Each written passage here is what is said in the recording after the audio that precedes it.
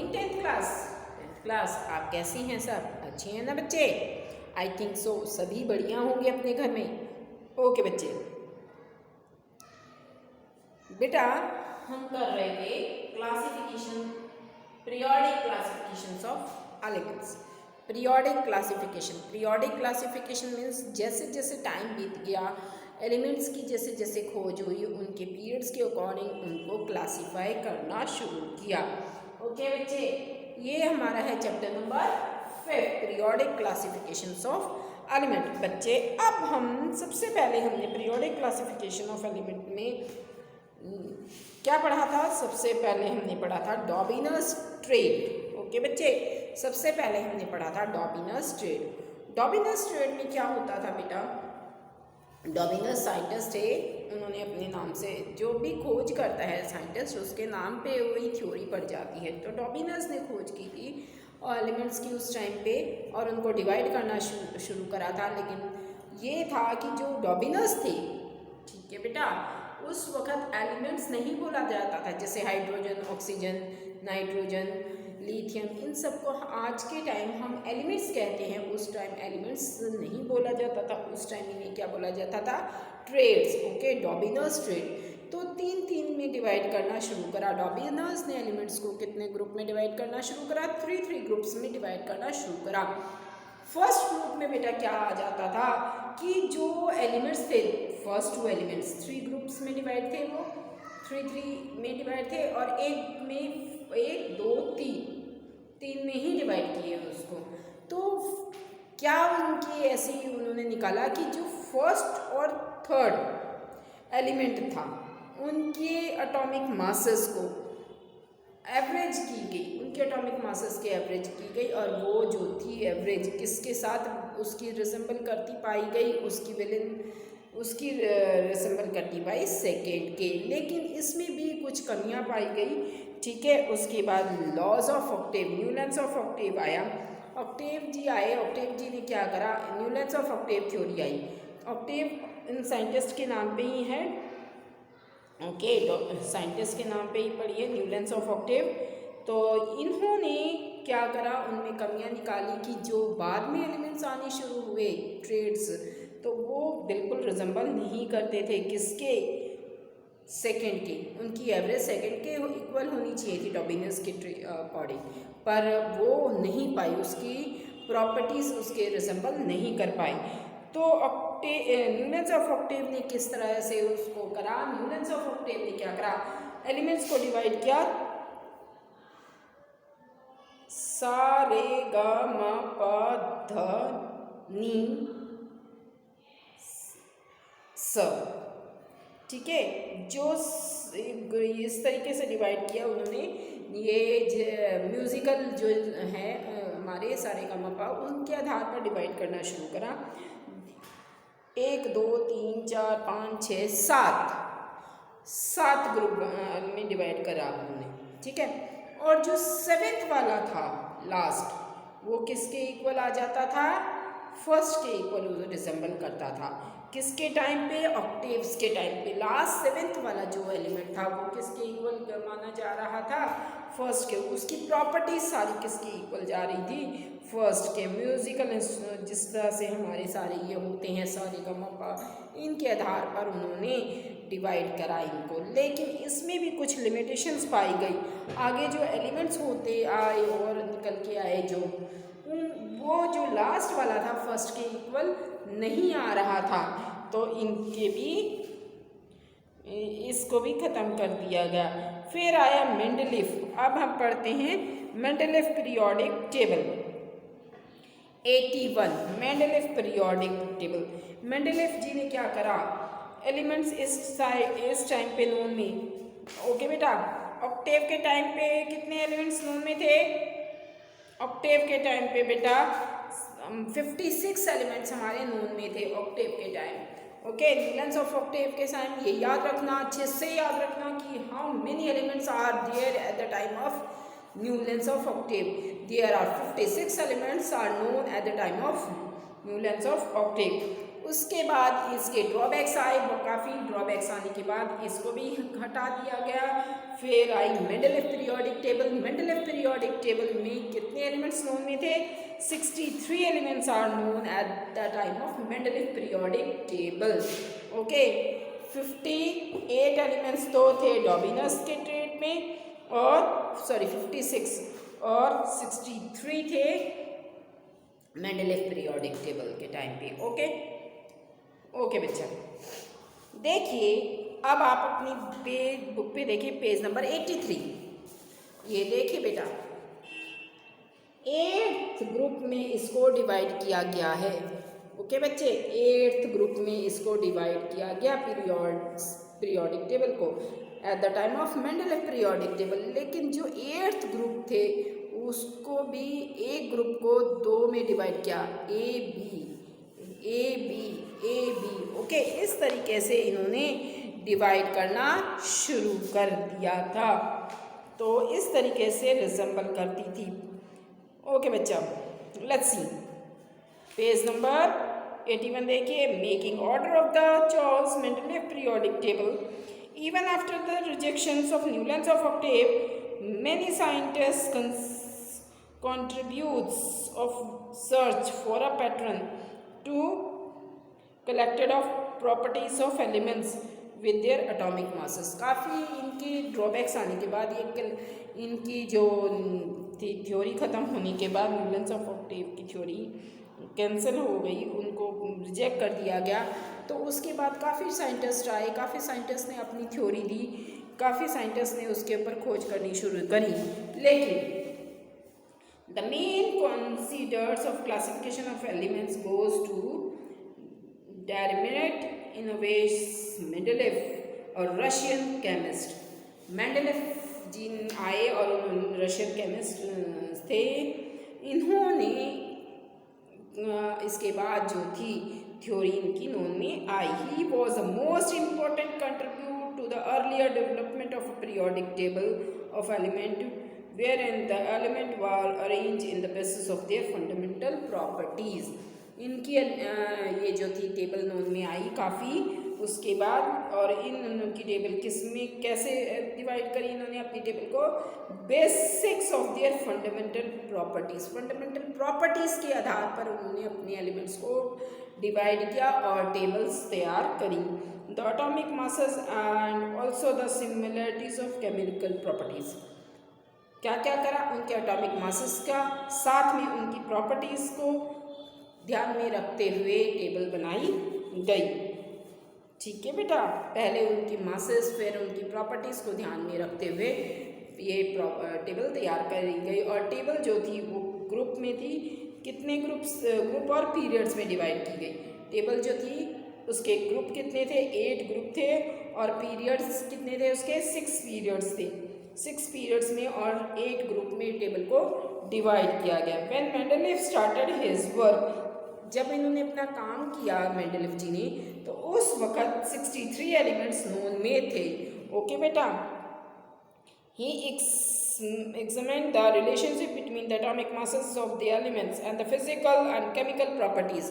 उन्होंने किस पे करा? एटॉमिक मासेस और फिजिकल और केमिकल प्रॉपर्टीज़ के आधार पर।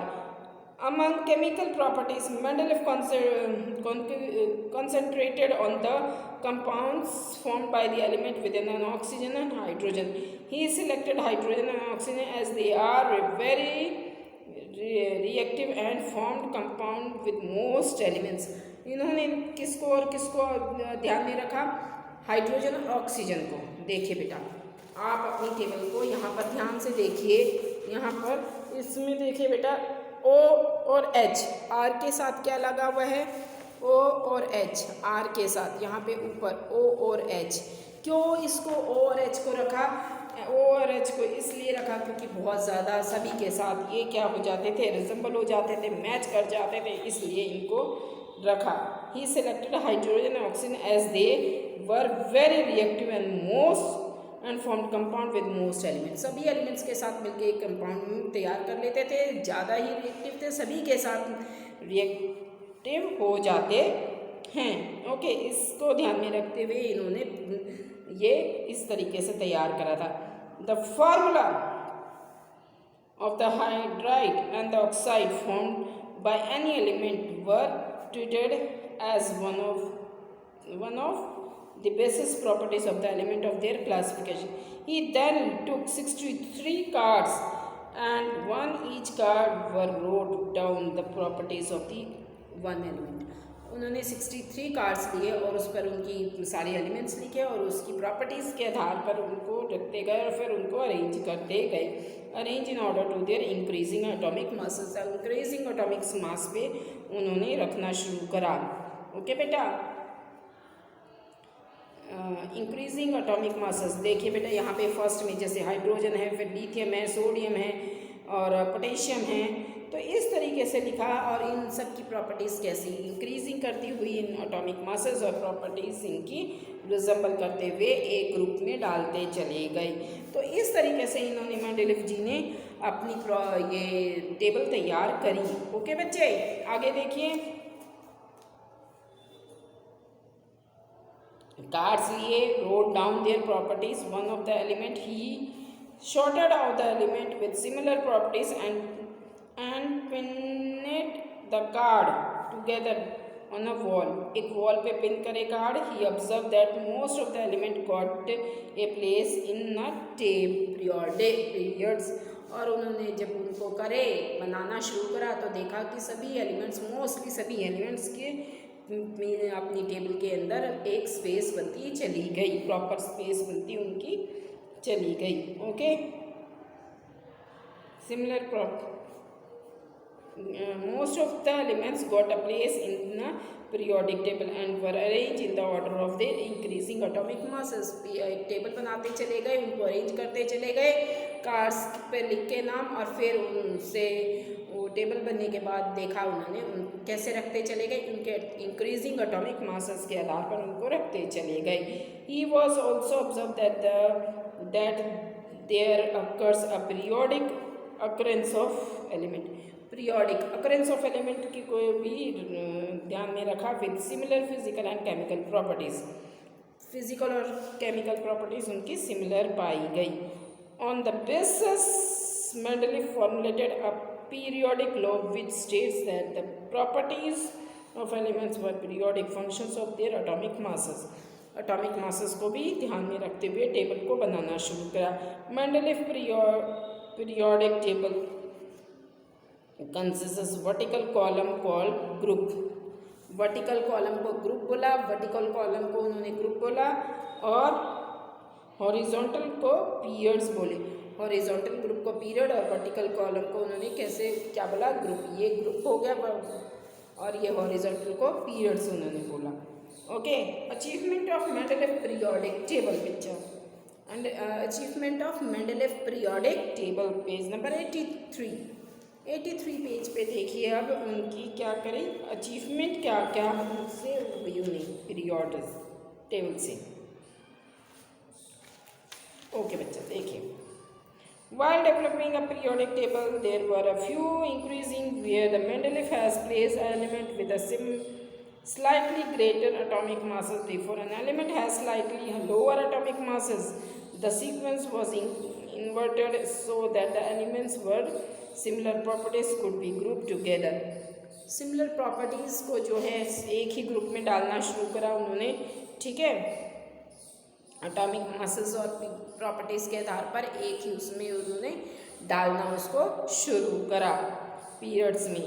Before an element was slightly lower atomic masses the sequence was inverted so that the elements were similar properties could be group in a together. Similar properties वाले को एक ही group में डाला. For example cobalt atomic masses इसका 58.9 appear to be निकल atomic masses 58.7. जो निकल था उसका एटॉमिक मास 58.7 था और किसका कोबाल्ट का 58.9 था. तो इनको एक ही ग्रुप में डाला इन्होंने, निकल को भी और कोबाल्ट को भी.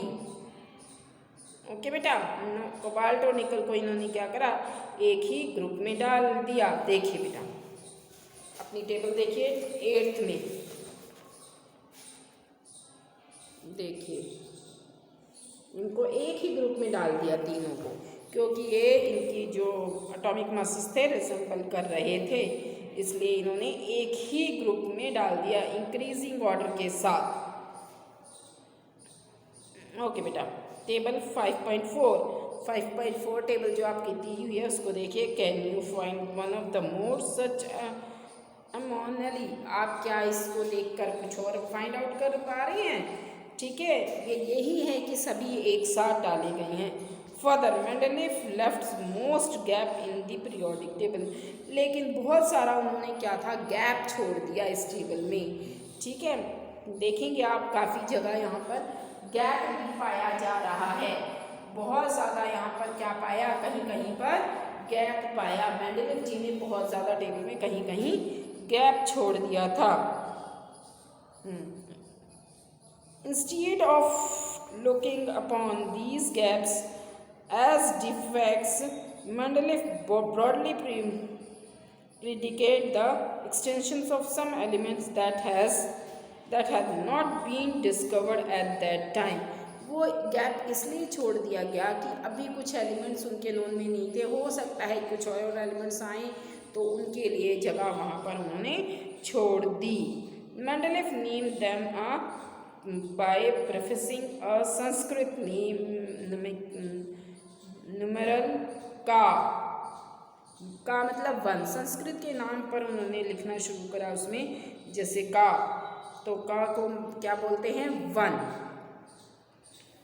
The name of predicting element in the same group, for example, instead of scandium, gallium, uranium, discovered letter. ये वाले एलिमेंट तो थे स्कैंडियम, गैलियम, ग्रेनियम, ये बाद में डिस्कवर हुए, इनको बाद में स्पेस में डाला गया। Okay, discovered letter he the have properties similar. इनकी प्रॉपर्टीज कैसी थी, सिमिलर टू एक का बोरोन, एक का एल्यूमिन, एक का सिलिकॉन, जिनकी प्रॉपर्टीज एक सी थी उनको नाम डाला गया एका। जैसे बोरोन, एल्युमिनियम, सिलिकॉन, इनकी प्रॉपर्टीज एक सी पाई गई। इन्होंने देखा एक सी प्रॉपर्टीज है, सिमिलर है ये, तो इसलिए इनका नाम एका डाला साथ में इनको। Okay, respectively the properties of eka aluminium predicted the Mendeleev and those of the elements gallium which was discovered later and replace eka aluminium are listed as follows. तो पहले तो एका इनके साथ लिखा जाता था, ई लिख देते थे बेटा। ये देखिए, एक का मतलब ई, ए का मतलब ई लिखते थे जो भी एलिमेंट्स था उसके आगे, लेकिन बाद में इसको हटा दिया गया। ठीक है, thus provide convincing evidence of both of the convince and usefulness of Mendeleev periodic table. Further it was the extraordinary success of Mendeleev periodic predications that leads chemists to not only the acceptance of periodic table but also recognize him as the originator of the concepts of which it is based. Noble gas and helium, neon and argon have been mentioned in the many of the contact before this gases was discovered later because they were very inert and present in extremely lower concentration in our atmosphere. हम ये जो gases हैं हमारी noble gases हैं, helium gases हैं, इनको बाद में खोजा गया और ये बहुत ही ज़्यादा कैसी थी, इनर्ट गैस थी, तो इसको एक प्रॉपर जगह तो नहीं दी गई टेबल में।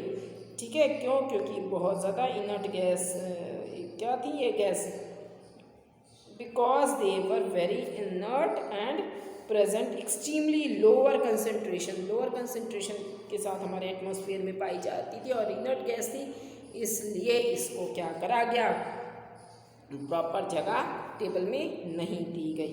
One of the strength of Mendeleev periodic table was that even when gases were discovered they could place in a few groups without disturbing the existing order। और उन ऑर्डर्स को डिस्टर्ब किए बिना ही जो गैसेस बाद में आई उनको जगह दी गई।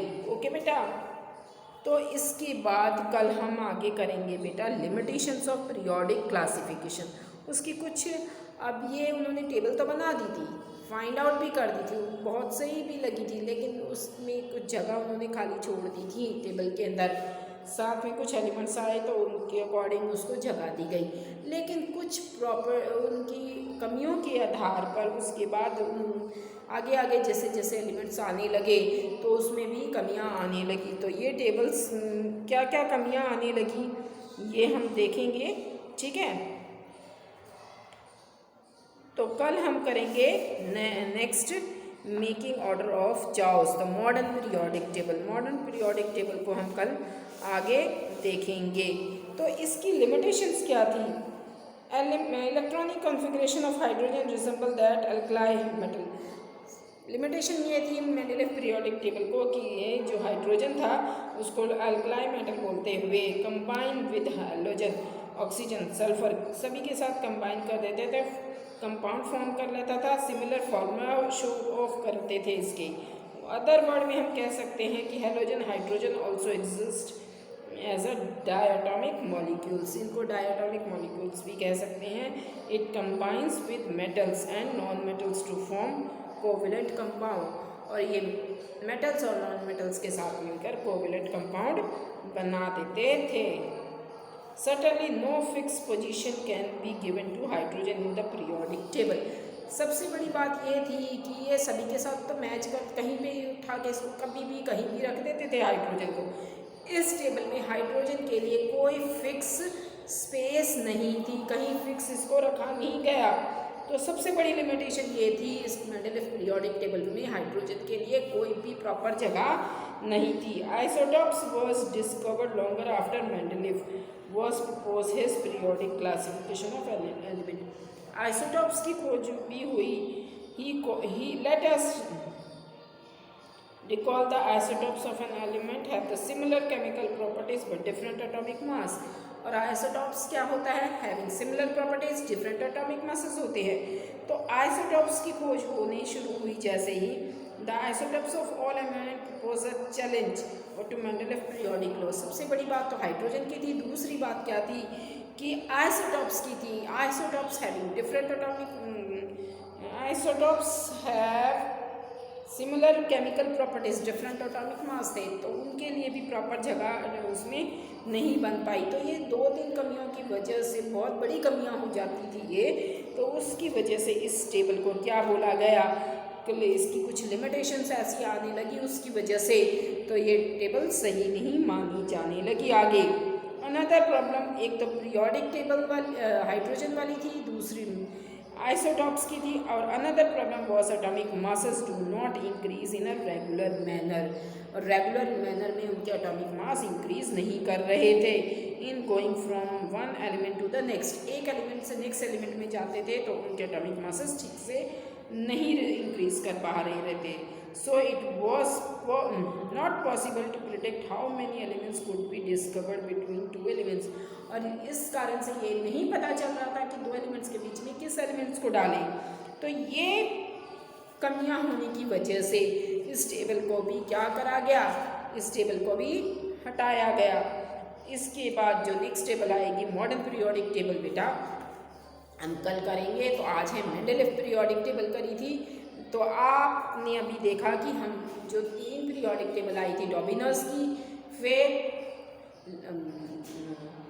डॉबिनस ट्रेड, मेंडेलिव पीरियोडिक टेबल और नेक्स्ट कौन सी थी बेटा? हरिया बताइए, देखिए सोचिए आप भी जरा। Dobereiner, octave, Mendeleev periodic table, Dobereiner triad और ऑक्टेव। डॉबिनस में 3-3 में डिवाइड किया था, ऑक्टेव में क्या करा था? ऑक्टेव में इसको म्यूजिकल जैसे होती हैं सारे ये सारे गमों का उनके आधार पर रखा गया, और न्यूलेंस ऑफ ऑक्टेव में क्या है ग्रुप और पीरियड्स में डिवाइड किया गया।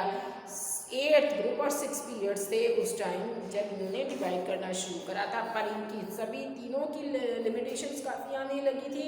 इस लिमिटेशंस के आने के बाद ये टेबल ख़त्म कर दी गई। ओके बच्चे, तो आप अच्छे से इनको पढ़ेंगे, अच्छे से करेंगे, आगे आप डीपली इनको अच्छे से करेंगे तो ही आप टेस्ट कर पाएंगे और इसके असाइनमेंट्स भी आप कर पाएंगे, अदरवाइज़ नहीं कर पाएंगे। आपके असाइनमेंट्स के और कॉपीज़ के भी मार्क्स लगेंगे जो आप सबमिट करके जाएंगे। सैटरडे को बेटा आपने यहाँ पे सबमिट करके जानी है कॉपीज़, और मैं उनको चेक करूँगी, अदरवाइज़ उनके मार्क्स आपके नहीं लगेंगे। ओके, और आप सबमिट करेंगे तो मार्क्स लेंगे। अच्छा बच्चे, 20